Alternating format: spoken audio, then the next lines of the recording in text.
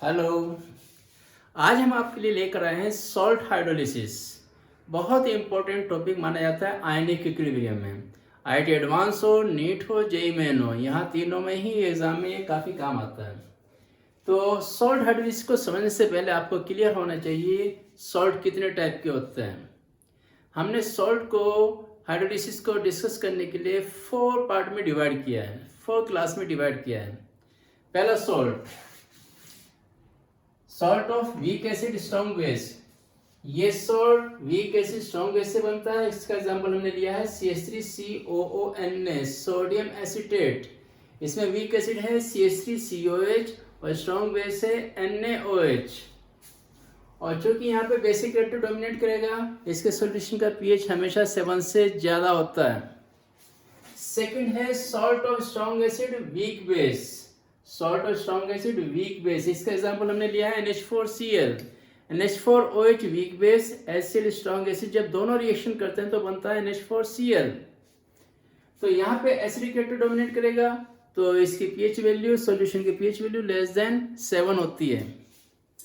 और थर्ड है salt of weak acid weak base. यहाँ पे CH3CONH4 जो एग्जांपल हमने लिया है, ये एसिटिक एसिड और अमोनियम हाइड्रोक्साइड जो दोनों वीक होते हैं उसके कॉम्बिनेशन से बनता है, उसके रिएक्शन से बनता है। अब इसका नेचर क्या होगा, एसिडिक होगा, बेसिक होगा, ये डिसोसिएशन कांस्टेंट डिसाइड करेंगे। अगर Ka Kb से ग्रेटर होगा तो एसिडिक कैरेक्टर आएगा, Kb Ka से ग्रेटर होगा तो बेसिक कैरेक्टर आएगा। और फोर्थ एग्जांपल है salt of strong acid strong base, और ये है NaCl। NaCl NaOH HCl, NaOH strong base, HCl weak acid से बना, स्ट्रॉन्ग एसिड से बना है। तो इसका जो नेचर होता है वो बेसिकली न्यूट्रल होता है 25 डिग्री सेल्सियस पर। इसके सोल्यूशन की पीएच वैल्यू हमेशा 7 आती है, NaCl। इसी का एक भाई और होता है KCl, इसकी पीएच वैल्यू भी कितनी आती है, 7। तो अब यहाँ पे बात आती है कि अब वो कौन कौन से सॉल्ट है जो हाइड्रोलिसिस में जाएंगे, हाइड्रोलिसिस में टेक पार्ट करते हैं। तो 4th नंबर का हाइड्रोलिसिस में नहीं जाता। अब यहाँ पे मैं आपको एक इंपॉर्टेंट पॉइंट बता देता हूँ, ये पहचान करना कौन से सॉल्ट हाइड्रोलिसिस में जाएंगे, कौन से सॉल्ट हाइड्रोलिसिस में नहीं जाएंगे। तो इसका बहुत आसान तरीका है, बहुत ही आसान तरीका है, सुन लीजिएगा, अच्छे से इसको समझने की कोशिश करना। जिस भी सॉल्ट में वीक एसिड का एनायन होता है और वीक बेस का केटायन होता है, या तो वीक बेस का एनायन होना चाहिए या वीक बेस का केटायन होना चाहिए, या दोनों होने चाहिए, या तो दोनों हो या कोई एक हो, तो वो हमेशा हाइड्रोलिसिस में जाते हैं। तो आप देख रहे हो पहला जो केस था CH3CO नेगेटिव, इसमें जो एसीटेट आयन आया वो वीक एसिड का एनायन है, ये हाइड्रोलिसिस में जाएगा। Na पॉजिटिव हाइड्रोलिसिस में नहीं जाएगा। NH4Cl में जो अमोनियम आयन है वो वीक बेस का केटायन है, उसका वो हाइड्रोलिसिस करेगा, Cl नेगेटिव हाइड्रोलिसिस नहीं करेगा। और थर्ड में एसीटेट आयन, अमोनियम आयन, दोनों आयन वीक एसिड और वीक बेस से आए हैं, तो दोनों के दोनों टाइप के आयन हाइड्रोलिसिस में जाएंगे। तो ये तो होगी ये पहचान करना किनका हाइड्रोलिसिस होता है, किनका हाइड्रोलिसिस नहीं होता। ये अपना में बहुत बड़ी बात है, इसको जरा अच्छे से माइंड में सेट कर लीजिएगा। अब हम बात करते हैं फर्स्ट एग्जांपल की।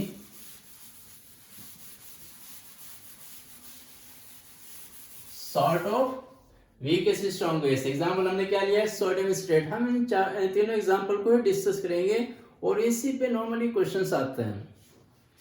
तो हाइड्रोलिसिस इक्वेशन कैसे बनाते हैं, बस आपने क्या करना है, सॉल्ट में से उस आयन को सेलेक्ट कर लेना है जो वीक एसिड का या वीक बेस का है। तो जैसे हमने पहला एग्जांपल लिया था CH3COONA, इसमें वीक एसिड से आने वाला एनायन है CH3COO नेगेटिव, तो CH3COO नेगेटिव ये सोडियम एसीटेट के अंदर प्रेजेंट है। अब हम एसीटेट आयन को चूज करेंगे, यही हाइड्रोलिसिस में जाएगा।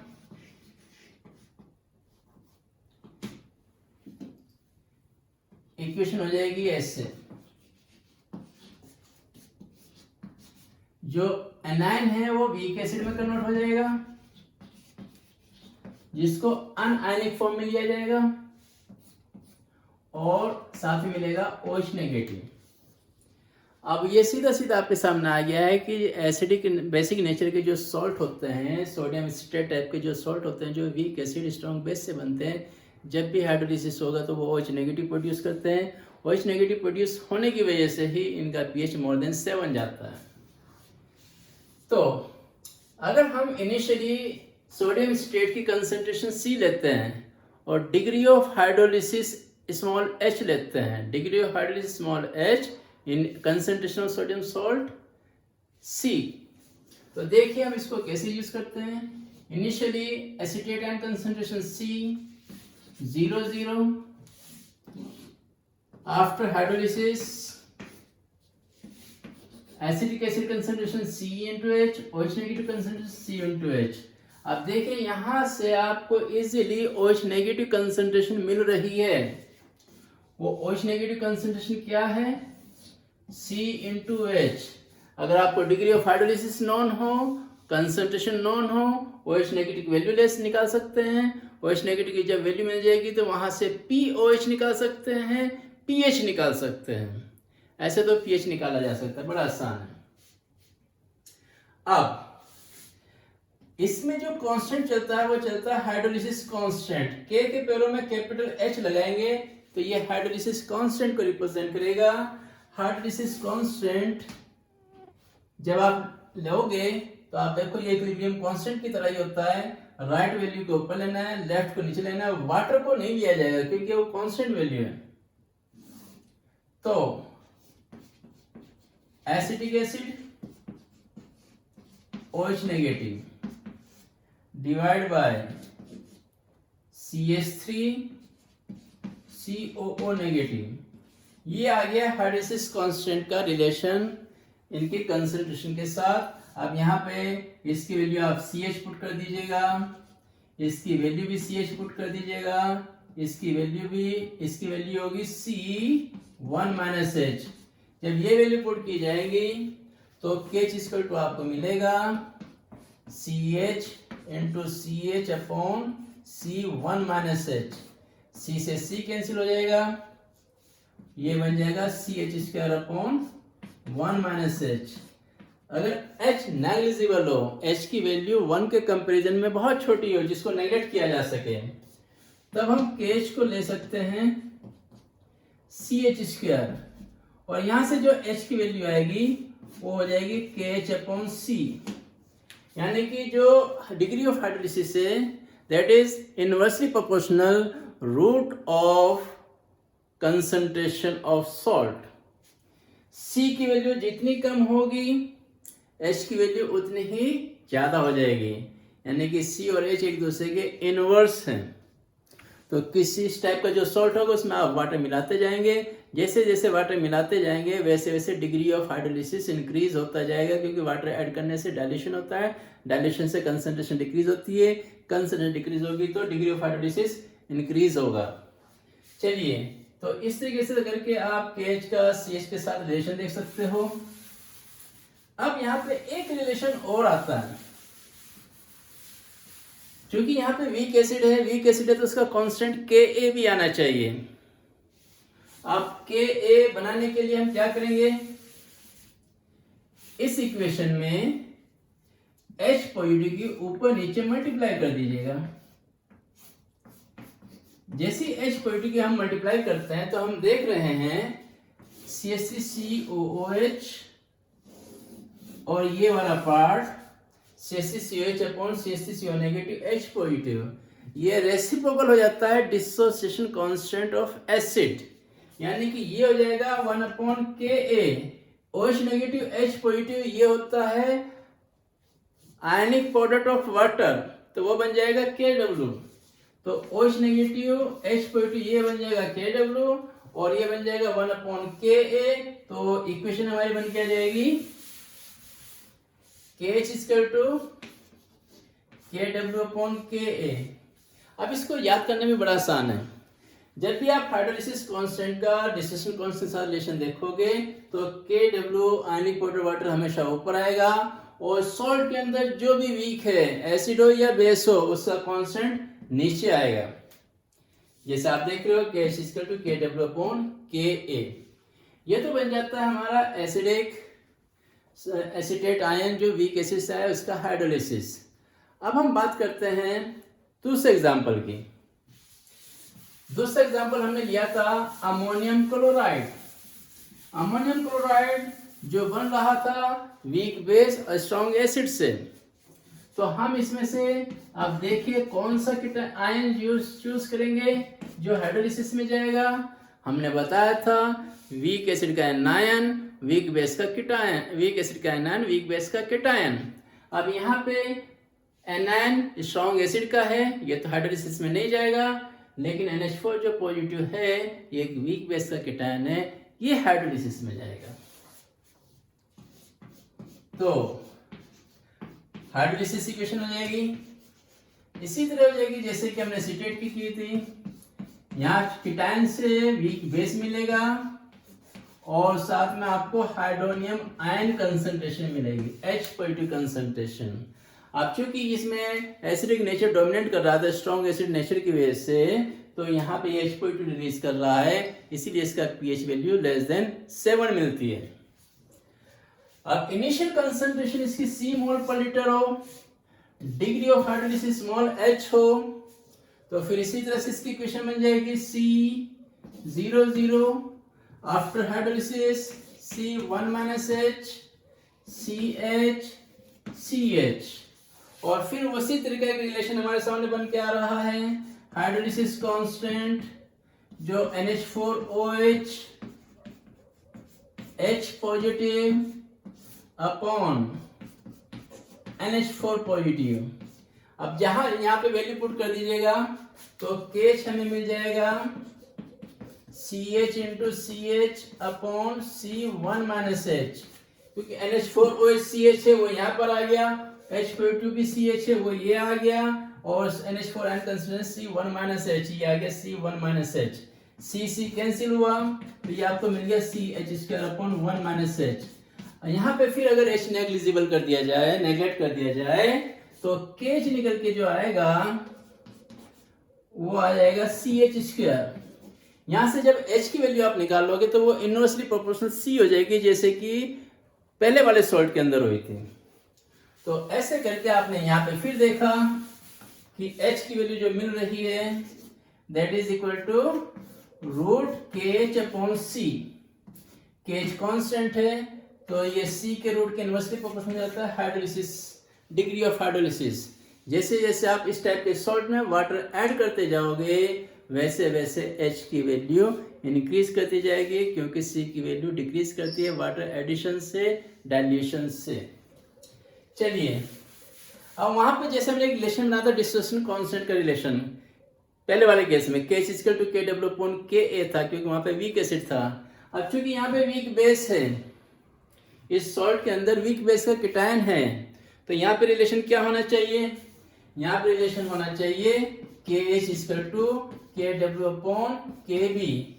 बस ये याद रख लीजिएगा, जब भी आप KH का कांस्टेंट के साथ रिलेशन बनाएंगे तो KW ऊपर आएगा और जो भी वीक होगा एसिड हो या बेस हो वो नीचे आएगा। अकेला एसिड वीक है सॉल्ट के अंदर तो अपॉन KA आता है, वीक बेस है तो अपॉन KB आता है। अगर दोनों कांस्टेंट है तो अपॉन में KA और KB दोनों आएंगे। चलिए अब तीसरा एग्जाम्पल। अब यहां से pH की वैल्यू कैसे निकालते हैं? कोई मुश्किल काम नहीं है pH वैल्यू निकालना। देखिए H आपका क्या है, CH है, H निकाल लीजिएगा, C की वैल्यू गिवन होती है तो यहाँ से H कंस्टेंट मिल जाएगी, फिर अपना pH -log H लगा के आप pH निकाल सकते हो। तो ये तो हो जाता है pH वैल्यू निकालना। अब हम बात करते हैं तीसरे टाइप का सॉल्ट। तीसरे टाइप का जो सॉल्ट है वो वीक एसिड वीक बेस से बनता है, और मैंने आपको बफर के केस में आप वीडियो देखोगे उसमें क्लियरली बता रखा है, जो salt weak acid weak base से बनता है उसका सॉल्यूशन सॉल्ट बफर होता है। तो लेकिन हम यहाँ पे बताएंगे हाइड्रोलिसिस की फॉर्म में किस तरह से किस आयन का हाइड्रोलिसिस होने जा रहा है। तो एग्जांपल है यहाँ पर CH3COO NH4। अब देखिए एसीटेट आयन वीक एसिड से आया CH3COH से। NH4 पॉजिटिव जो कीटायन है, एसीटेट आयन एसिटिक एसिड से आया। Ammonium ion ammonium hydroxide weak base से आया। दोनों वीक एसिड वीक बेस दोनों वीक हैं, यानी कि एनायन कीटायन दोनों हाइड्रोलिसिस में जाएंगे। हाइड्रोलिसिस में जाएंगे तो इक्वेशन क्या बनेगी, आप इसको आयन को सेपरेटली ले लीजिएगा। आयनिक फॉर्म में सॉल्ट हमेशा आयनिक फॉर्म में लिखा जाता है, ध्यान रखना, जो हाइड्रो कंप्लीटली डिसॉल्व होते हैं। जब हम इसकी वाटर सिलेक्शन कराएंगे, क्योंकि वाटर ब्रेक होता है हाइड्रोलिसिस में, H+2OH नेगेटिव में, H+2 जाएगा एसीटेट आयन के साथ, OH नेगेटिव जाएगा अमोनियम के साथ। क्या बनेगा, weak acid CH3COH, weak base NH4OH। ऐसे बन जाता है आपका वीक एसिड वीक बेस। अब देखिए अगर ये C हो तो ये भी C होगा, क्योंकि अमोनियम एसीटेट है, पूरा सॉल्ट है, इसकी कंसंट्रेशन C है। जब दोनों 1-1 मोल पे होंगे तो कंपोनेंट की कंसंट्रेशन भी इक्वल होगी, 0-0। यहाँ पे degree of hydrolysis small h है तो ये C1-H हो जाएगा, C1-H, और ये आपको मिलेगा CH और CH। तो ये जो आपके सामने इक्वेशन आई है, यहाँ से आप हाइड्रोलिसिस कांस्टेंट की वैल्यू निकाल लेते हैं। तो केच होता है राइट अपॉन लेफ्ट। जब हम ये अपॉन ये करेंगे तो CH into CH upon C1-H, C1-H, C cancel, पूरे के पूरे C, जितने भी C आ रहे थे वो सब के सब कैंसिल आउट हो गए हैं। तो यहाँ से जो केच की वैल्यू निकल के आई है वो आई है H² अपॉन 1-H²। अगर आप यहाँ से H निकालना चाहते हो दोनों साइड रूट ले लीजिएगा, root KH equal to H upon 1-H, और यहाँ से सिंप्लीफाई करके H की वैल्यू निकाल सकते हो। लेकिन यहाँ पे एक नोटिस करने वाली बात है, H की वैल्यू कंसंट्रेशन C पे डिपेंड नहीं कर रही है। जब दोनों सॉल्ट के अंदर वीक एसिड वीक बेस के कीटायन एनायन प्रेजेंट होते हैं, उस केस में डिग्री ऑफ हाइड्रोलिसिस कंसंट्रेशन में डिपेंड नहीं करता। अमोनियम एसीटेट के सॉल्यूशन में आप वाटर मिलाते जाओ, उसका डिग्री हाइड्रोलिसिस चेंज नहीं होगा, डिग्री ऑफ हाइड्रोलिसिस चेंज नहीं होगा, क्योंकि C इंडिपेंडेंट होती है। अब फिर क्वेश्चन यहाँ आता है, कांस्टेंट के साथ KH का क्या रिलेशन होगा, Ka Kb distance constant of acid, distance constant base के साथ क्या रिलेशन होगा KH का। तो इसका मैंने सीधा तरीका बताया था, ज्यादा चक्कर में पढ़ने की जरूरत नहीं है। ऊपर आएगा आयनिक प्रोडक्ट ऑफ वाटर, नीचे आता है वीक एसिड वीक बेस, जो भी होगा उसका डिस्टेंस कांस्टेंट। यहाँ पे दोनों के दोनों वीक हैं, एसिड भी और बेस भी, तो अपॉन में एक दूसरे का मल्टीप्लाई में Ka और Kb आ जाएगा। तो ये इसका रिलेशन हो गया, बहुत आसान है। तो दूसरी बात यह कि इसका pH निकालना बफर में मैं आपको बता चुका हूं, तो फिर भी अगर आप चाहते हो इसकी इक्वेशन में आपको लिख देता हूं, pH equal to 7+½ pKa minus pKb। तो अब यहाँ नीट में क्वेश्चन किस टाइप के आते हैं, वो सॉल्ट की कंसंट्रेशन आपको दे देता है और Ka की वैल्यू आपको मिल जाती है, वहाँ से आप KH निकालेंगे, KH को लेके आप H निकालोगे, H की वैल्यू जब निकल जाएगी तो उससे OH नेगेटिव H+2 दोनों मिल सकते हैं, अगर कोई एक वीक एसिड हो या वीक बेस हो एक सॉल्ट के अंदर, जो 1-2 के एग्जाम्पल हैं। तो लेकिन इस टाइप के सॉल्ट के लिए डायरेक्ट फॉर्मूला है, यहाँ पे H की जरूरत हमें नहीं पड़ती, ना ही C की जरूरत पड़ती है, तो pH equal to 7½ pK minus pK भी निकल जाता है। अब IIT एडवांस में किस टाइप के क्वेश्चन आते हैं, IIT एडवांस में जब क्वेश्चन आता है तो वो सॉल्ट को फॉर्मेशन का केस देता है। जैसे मैं IIT का एक क्वेश्चन आपको बता देता हूँ। एक बार कहा गया कि CH3COOH NaOH दोनों रिएक्शन करके सॉल्ट बनाते हैं। अब ये जो केस मैं आपको डिस्कस कर रहा हूँ बहुत ही ज्यादा इंपॉर्टेंट है। जब आपको एसिड और बेस की कंसंट्रेशन दी जाए, वॉल्यूम दिया जाए या मोल दिए जाए, कंसंट्रेशन के साथ वॉल्यूम दिया जाए या अकेले मोल दिए जाए। तो देखिएगा आपके सामने यहाँ दो टाइप के केस बन जाते हैं। अगर NaOH को लिमिटिंग लिया जाए, कम क्वांटिटी में लिया जाए, तो इस केस में तो ये बफर बन जाता है। अगर NaOH CH3COH दोनों इक्वल क्वांटिटी में लिए जाएं तो ये कंप्लीटली न्यूट्रलाइज हो जाएगा, तो आपके सामने क्या आएगा, सोल्ट आएगा। तो सोल्ट का जो कंसंट्रेशन आपके सामने बन के आएगी, उस कंसंट्रेशन यूज करना हाइड्रोलिसिस कांस्टेंट के अंदर, फिर वो सोडियम एसीटेट वाला केस बन जाएगा। इसी तरह से और क्या केस बन सकता है, हो सकता है आपको ऐसा क्वेश्चन दिया जाए कि NH4OH की पर्टिकुलर अमाउंट HCl रिएक्शन करके कुछ बना रही है, ये हमें खुद सोचना पड़ता है क्या बना रही है। अगर यहाँ पे HCl लिमिटिंग ले लिया तो NH4OH NH4Cl मिलकर बफर बनाएंगे बेसिक, जिसके ऊपर NaOH अगर लिमिटिंग लिया जाएगा तो acetic acid sodium acetate buffer बना लेते हैं। अगर दोनों इक्वल लिए जाएं फिर ये सॉल्ट हाइड्रोलिसिस का केस बन जाता है। इसी तरह यहाँ पर है HCl को अगर लिमिटिंग लिया जाएगा तो ये बेसिक बफर का केस बन जाएगा। अगर यहाँ पे दोनों को इक्वल अमाउंट में लिया जाएगा, इक्वल मोल में लिया जाएगा, तो उस केस में ये सॉल्ट हाइड्रोलिसिस का केस बन जाता है। बस हमें ये पहचानना है कि ये बफर का केस है या सॉल्ट हाइड्रोलिसिस केस है। तो इस तरीके से ये हमारा हाइड्रोलिसिस आपको कंप्लीट हो गया है। तो यहाँ पे जो बहुत इंपॉर्टेंट पॉइंट है जो मैं आपको बता रहा हूँ, शायद ये ऐसे पता नहीं चल पाता है, तो वो पॉइंट सिर्फ ये है कि वही अनायन जो वीक एसिड से आता है और कैटायन जो वीक बेस से आता है वही हाइड्रोलिसिस में जाते हैं। स्ट्रॉन्ग एसिड से आने वाला एनायन, स्ट्रॉन्ग बेस से आने वाला कैटायन कभी हाइड्रोलिसिस में नहीं जाता। Okay, thank you.